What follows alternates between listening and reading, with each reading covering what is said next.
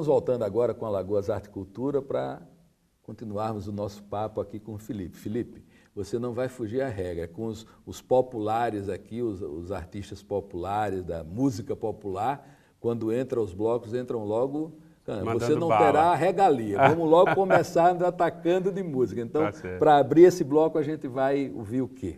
A gente escuta a primeira música que eu fiz logo após a parte de ópera, que é do De Falla, compositor espanhol, das 7 canções populares de De Falla, e a Seguidilla Murciana. Então vamos lá, vamos ver música, mais. Cualquiera que tejado tenga de vidrio, cualquier tejado tenga de vidrio, no debe tirar piedras al del vecino. Arrierosemos, puede que en el camino nos encontremos.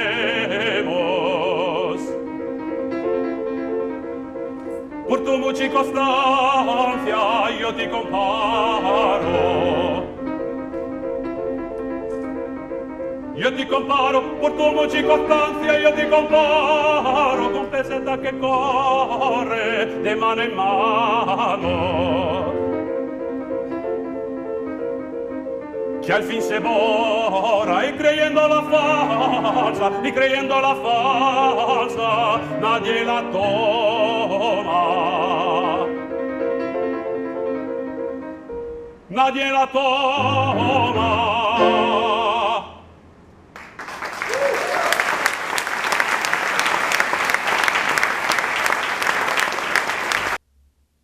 Rapaz, que coisa, né? Assim, a gente sente a cultura da Espanha, a música é um veículo cultural importante, né? Quando você ouve, não tem como você não ligar a isso. Que legal, que legal.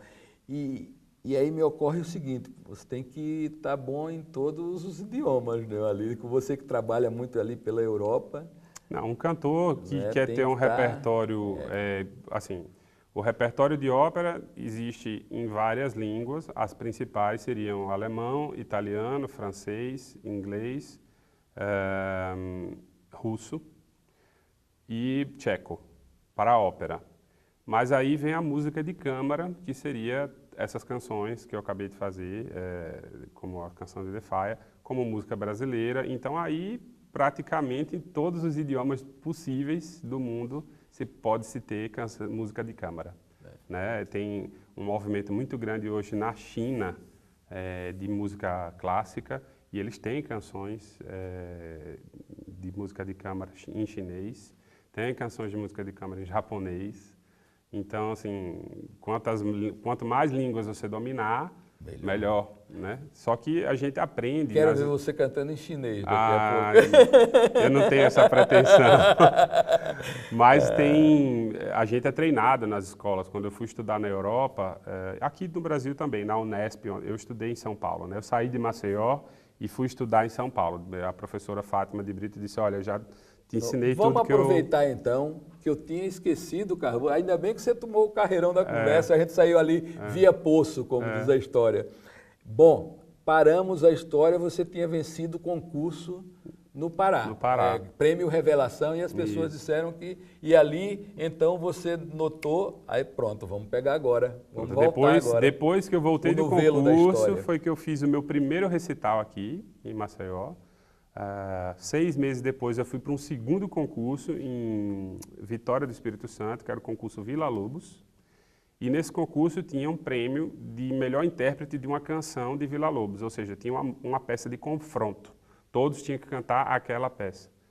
E eu fiquei em segundo lugar, geral, no concurso, e ganhei o prêmio de melhor intérprete daquela peça, que para a minha professora da Fátima foi assim, o prêmio dela, ela disse, porque ela é muito uma pesquisadora e uma pessoa muito entusiasta da música de câmara brasileira. Ela conviveu com vários compositores importantes da música de câmara brasileira, particularmente os que davam uma certa ênfase às influências regionais e folclóricas na música de câmara brasileira. Então, ela disse assim, esse prêmio foi o melhor prêmio que você podia ter ganho, porque significa que eu não estou trabalhando completamente equivocado, porque a gente, na época, né, era tão sozinha aqui em Alagoas, a gente era tão isolado, a internet ainda estava começando a funcionar, a gente não tinha muito acesso à partitura, a gente não tinha muito acesso a trocar ideias com pessoas de outros lugares. Não era tão fácil como é hoje, né? Então, ela ficou muito contente com o prêmio. Depois disso, ela me encaminhou, disse, olha, se você quer continuar a série, você precisa sair daqui de Alagoas. Você precisa estudar em São Paulo, no Centro Maior, ou no Paraná, ou em algum lugar que tenha mais vida cultural, porque você precisa ouvir mais coisas também. Então, eu fui fazer vestibular, deixei a medicina, fui fazer vestibular no Paraná, em São Paulo, mas acabei optando por ficar em São Paulo porque é o centro mesmo de música clássica do Brasil. Assim, tem muitas orquestras, todos os artistas internacionais vêm a São Paulo fazer concertos e foi a melhor coisa que eu fiz, porque na época eu também queria já me direcionar a estudar no exterior e São Paulo é a melhor plataforma, porque você fica sabendo de todas as bolsas de estudo, todas as perspectivas de sair do Brasil lá. Então, foi um passo que eu dei estimulado por ela, que foi na direção também de sair do Brasil. E foi muito importante ter ido para São Paulo. Paremos em São Paulo agora para ouvirmos um pouco de música, para sairmos daquele poeirão de São Paulo, aquela fumaça danada. Então, estamos dando uma pausa ali. Pausamos aqui em São Paulo e vamos ouvir mais música. Vamos ouvir o quê agora? Vamos ouvir a outra peça do De Falla, que é El Paño Moruño. Isso aí, vamos ouvir um pouco mais de Felipe Oliveira.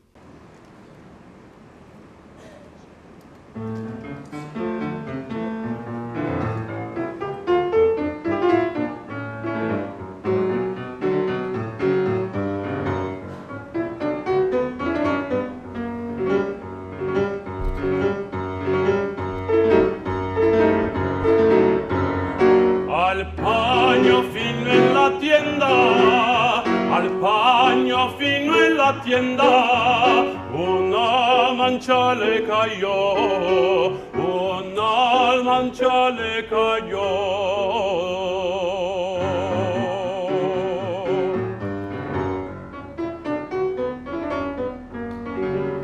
Por menos precio se vende, por menos precio se vende, porque perdió su valor, porque perdió su valor.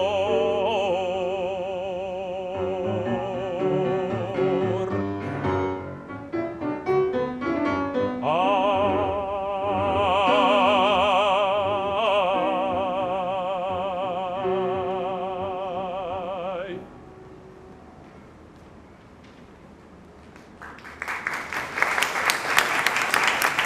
Que maravilha, que maravilha.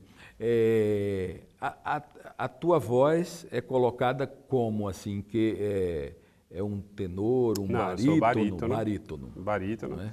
E assim, já desde sempre os professores tinham uma certa dúvida se barítono ou baixo barítono, que é um barítono É uma mais coisa que vai mais pro pro grave, né? É. O barítono é mais grave que o tenor. É mais grave que o Não é? tenor. As vozes masculinas, então, elas começam aonde?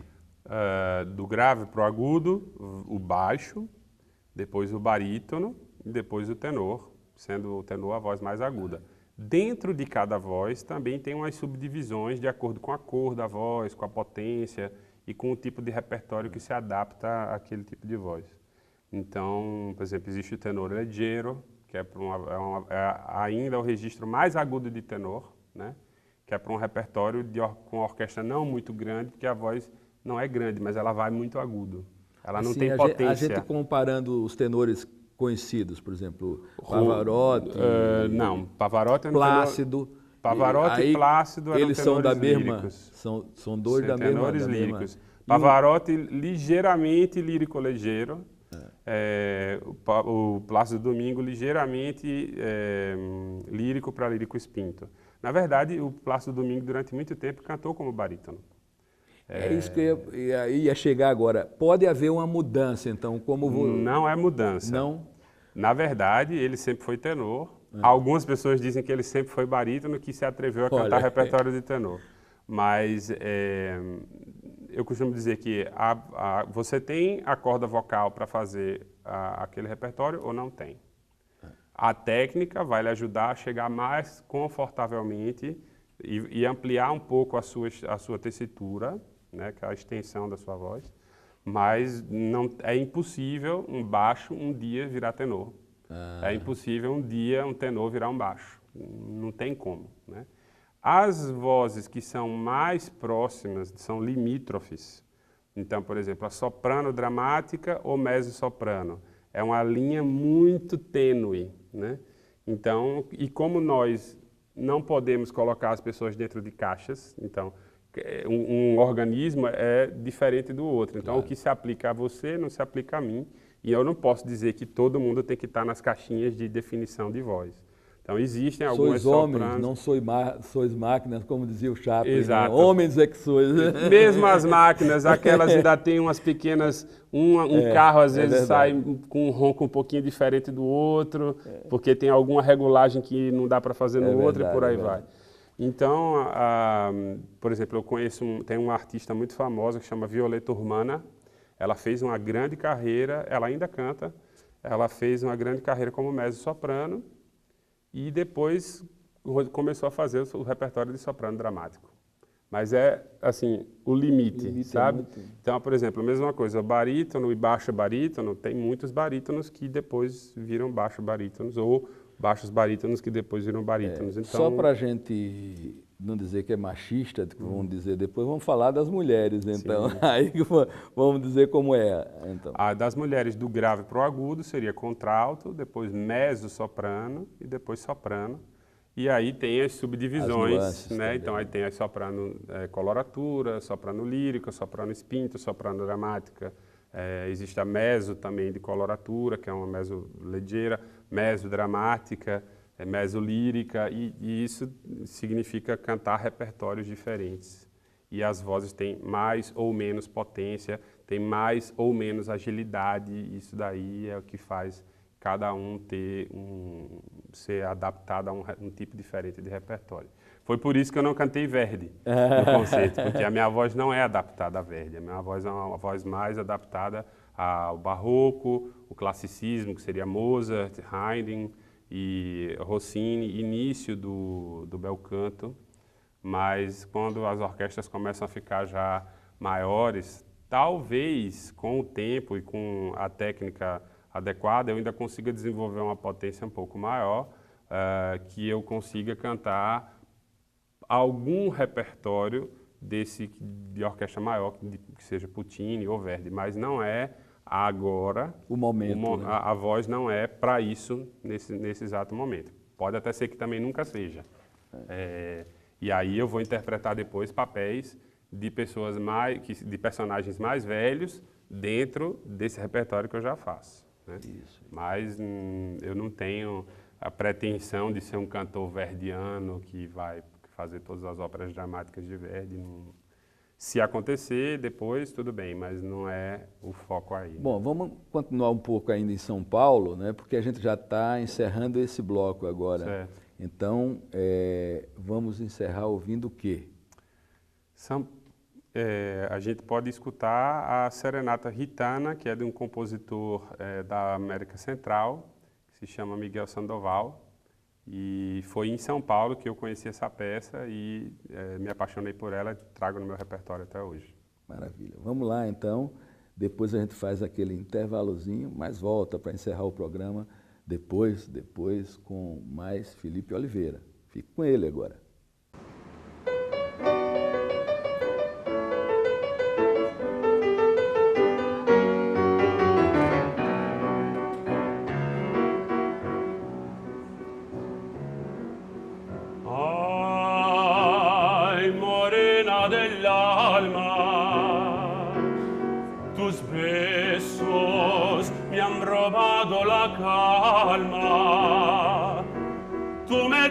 Que te olvide, ¿cómo puedo yo olvidarte si en mi mente nunca ceso de besarte?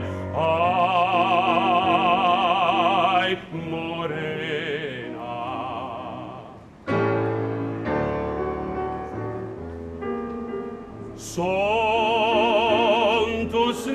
sos la fuente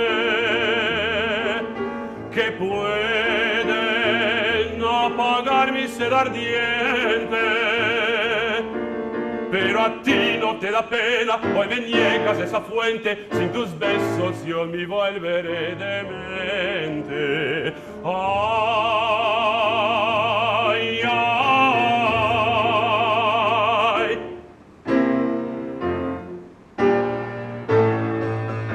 Y tus ojos son las estrellas que alumbran el sendero de mi vida. Si tú cierras los ojos, las estrellas no brillan y me encuentro perdido mi alma, pues sin tus reflejos oscura es la vida. Abre tus ojos, mi alma, bésame, alma querida. Tú puedes darme la calma, tú puedes darme la vida. Toda la dicha del mundo está en tus besos, mi vida.